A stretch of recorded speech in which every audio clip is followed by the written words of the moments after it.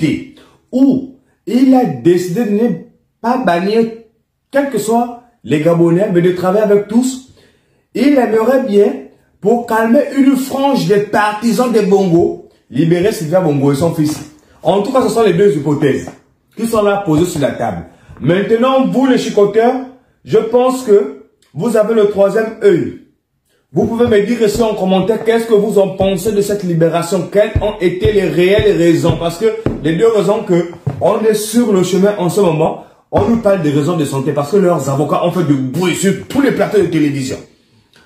Et aussi, on nous parle des tractations ou des pressions subies par les autorités gabonaises, notamment par les anciennes puissances, pour la libération de Sylvia Bongo Ondimba, qui a été accusée de détournement de fonds, de blanchissement d'argent public et de dilapidation des deniers de l'État. Donc, en fait, tous ces points-là, ça pèse toujours sur elle. Parce que le fait qu'elle est en résidence surveillée, ce n'est pas pour autant que la justice ne va pas toujours poursuivre sur ce quoi on leur reproche. Parce que c'est toujours là. C'est toujours là. Détournement de fonds, hein, c'est toujours là. Falsification de la signature du président, c'est toujours là.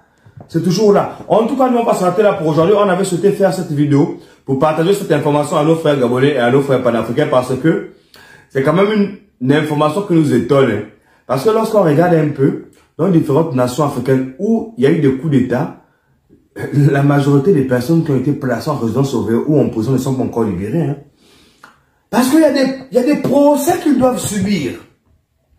En dehors du fait qu'il y a des procès qu'ils doivent subir, la justice aussi doit faire totalement son travail. Éclaircir certains points où on n'avait plus la lumière. Comment ça se fait que le président, M. Ali Bongo Ondimba, l'ancien président du Gabon, malheureusement pour lui, il avait subi un AVC.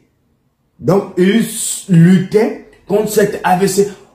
Pendant cette période, entre l'AVC et la fin de son régime, c'est-à-dire au moment du coup d'État, il a signé plus de chèques que lorsqu'il était en activité.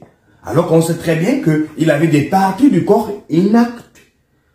Ce n'est pas pour autant que, même s'ils sont en résidence surveillée, la justice ne va pas continuer son travail. On incite la justice à continuer son travail et on demande aux sociocoteurs de nous dire un peu ce qu'ils en pensent. On va s'arrêter là pour aujourd'hui. On se retrouve prochainement pour un prochain programme. Allez, ciao, ciao, c'était Big L sur Squad TV.